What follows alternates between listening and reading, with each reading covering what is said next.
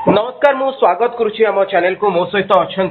आम आदमी पार्टी ओडिशार जी प्रेसिडेंट रही नेशनल स्पोक पर्सन निशिकांत मिश्र सर सर मु जानापी चाहिए जे जो भली भाव 8 जन जीवे बोली चर्चा होची 7 जनकर ना काली आपण देखिथिबे प्रेसमिट समय सामना को आसिला हठात आम आदमी पार्टी को गोटे झटका लगिला या पछर कारण कौन अशोक मित्तल को जितेबाला राज्यसभा डेपुटी लीडर करा जायतिला सी ही दलरू सीधा सड़क लंफ प्रदान कले बीजेपी को 12 दिन तले अशोक मित्तल इंस्टीट्यूशन ईडी दे देइतला 9टी जगह ईडी छापा मारला ईडी कहला मनी लॉन्ड्रिंग केस रे हमें तदंत करने को आसी छापा मारला एवं छापार रिजल्ट आउ के जानि पाइले किंतु 12 दिन पर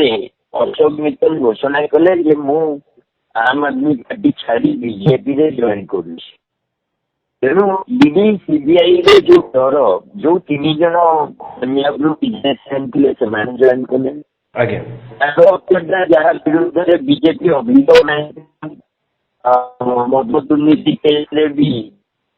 तांकर तो आगुन में जाने जो भय पाई जाते अरे अरविंद केजरीवाल मनीष सिसोदिया संजय सिंह को भी अरेस्ट करने तेणु भीरू कापुरुष व्यक्ति आम आदमी पार्टी प्रेसिडेंट बन पारे अन्य मान भितर आप देखिए संदीप पाठक आगु पंजाब दायित्व दिया सेक्रेटरी दायित्व गुजरात में भी दिया तो सब रिसेंटली आ कौन दायित्व दि जाता नाराजगी रही किंतु आगु को सर देखिए 2027 रे आपणकर पंजाब रे निर्वाचन अछि राघव चड्डा संदीप पाठक अशोक मित्तल राजेंद्र गुप्ता विक्रमजीत साहानी हरभजन सिंह ये समस्ते पंजाब रु आम आदमी पार्टी राज्यसभा सांसद थिले एमाने समस्ते पंजाब रु आम आदमी पार्टी थिले आउ एमाने समस्ते भी कहीं ग्रासरूट वर्कर नहंती कि पार्टी जो संगठन में एमानकर दायित्व नहीं एमाने राघव चड्डा को आप मीडिया माध्यम जानते कौन आंदोलन कौन संघर्ष कौन संगठन कम माध्यम आप जानी ना से पार्टी स्पोक्स पर्सन थे मीडिया को आसुले भल कहती चिकित परिचय सेमती अन्य मान जो मान ना कहले समस्ते बेपारी बड़ बड़ बिजनेसमैन से परिचय पार्टी कार्यकर्ता अटकैया चाहिए जे आम आदमी पार्टी जब गठन होता साधारण लोकों कथा कहला आपण जितेबाला राजेंद्र गुप्ता कथा कहते विक्रमजीत साहानी कथा कहते अशोक मित्तल कथा कहते ये जो बिजनेसमैन मान कहीं राज्यसभा पठे आपण पाखे तो अनेक ग्रासरूट लेवल वर्कर थे जो गोटे राजनैतिक पार्टी चलवा तार संगठन तार संघर्ष और तार रणनीति विभिन्न टाइम रे पार्टी नेतृत्व निष्पत्ति नहीं था से संपर्क जितेबाला आम साधारण लोकंर गोटे पार्टी से साधारण लोकंर पार्टी निर्वाचन लड़ाई से साधारण लोकर पार्टी भारतीय जनता पार्टी हजार हजार कोटी टंकार जो एडवर्टाइजमेंट आ जो मनी पावर ताकू लड़ाई करने कौटी ना कौटी आपको सांगठनिक ढांचा भितर किसी स्पेस क्रिएट करने को पड़ता है एमतीका लोकों जो मैंने आसती राज्यसभा तो वैल्यू एडिशन आपंकर यूज करेंगे ये थे लवली यूनिवर्सिटी मुख्य थे आउ गोटे इंडस्ट्रियल हाउस मुख्य थे तो से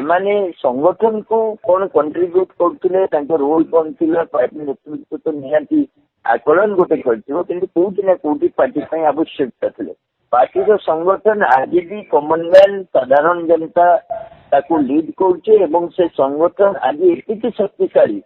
जे गुजरात में भी भारतीय जनता पार्टी मन में भय आसीगला जे प्रकार कांड कला जस्ट लोकल बॉडी इलेक्शन पूर्व कारण नरेंद्र मोदी और अमित शाह जानी सारे जे आम आदमी पार्टी गुजरात गड़ भितर पशिकी आटाक कर जो परी भाव में जनसमर्थन पंजाब गड़ को पूरा भांगी देले आज्ञा वर्तमान जदि आपण देखिबे कोनोसी प्रकार गड़ भांगेनी पंजाब रे आम आदमी पार्टी गोटे भी एमएलए जाई नांती पंजाब सरकार जो प्रोमिस करथिला लोकन को सब पूरण करछि पंजाब रे लोकल बॉडी इलेक्शन रे 73% सीट आम जीतीचु पंजाब जनसाधारण पार्टी उपरे बहुत खुशी अछंती एवं निर्वाचन पई आम प्रस्तुत अछु किंतु पंजाब रे भारतीय जनता पार्टी तो गोटे प्लेयर भी नो तार दीटा सदस्य अछंती पंजाब रे भारतीय जनता पार्टी को एमाने जो जाइचंती तार रिजल्ट पंजाब सिना पंजाब रे Bharatiya Janata party second position रे नहीं कांग्रेस अछि पंजाब रे आम आदमी पार्टी रो मुख्य प्रतिद्वंदी है कांग्रेस तमने आपनकर पंजाब रे जीवाटा हां एमानक जीवाटा सीधा सड़क खेलटा गुजरात पई पंजाब रे इलेक्टोराली भारतीय जनता पार्टी शून थिला शून रहियो किंतु आपण भाबुचंती जे 2027 पंजाब रे जेतबळे निर्वाचन हो आपनकर कांग्रेस सहित फाइट हो भारतीय जनता पार्टी सहित आपनकर कोन प्रकार फाइट हो पंजाब रे भारतीय जनता पार्टी को केही जानि नांती तांकर जो राजनीतिटा जो हिंदू राष्ट्र राजनीति जो धार्मिक राजनीति पंजाब रे तार ग्रहणीयता भी नाही आपनकु मोर शेष प्रश्न सर रहइबो जे आगामी समय रे एठू केउ शिक्षा नै कि आम आदमी पार्टी आगु को बढ़िबो आगु को जेतबळे राज्यसभा को काहा को आम आदमी पार्टी पठेबो कोन चिंता करबो सर बड़ बड़ बेसल मान को आउट देबो ना पार्टी ग्राउंड लेवल वर्कर आम आदमी पार्टी तार गठन दिनठू साधारण लोकन को राजनीति करी बिजुली पानी शिक्षा स्वास्थ्य रोजगार किपरि स्कूल हम हॉस्पिटल हम रोड हम ये राजनीति आम जारी रहिबो किंतु जो सांगठनिक आवश्यकता रही एवं स्थल विशेष रे जो स्ट्रैटेजिक रणनीति रहिबो से पार्टी जेकोसी प्रकार निष्पत्ति नहीं पारिबो किंतु जो मूल मुद्दा साधारण जनतार अग्रगति और साधारण जनतार सुख सुविधा पई पार्टी लड़ाई जारी रखिबो भारतीय जनता पार्टी कम्युनाल और करप्ट ईडी सीबीआई राजनीति को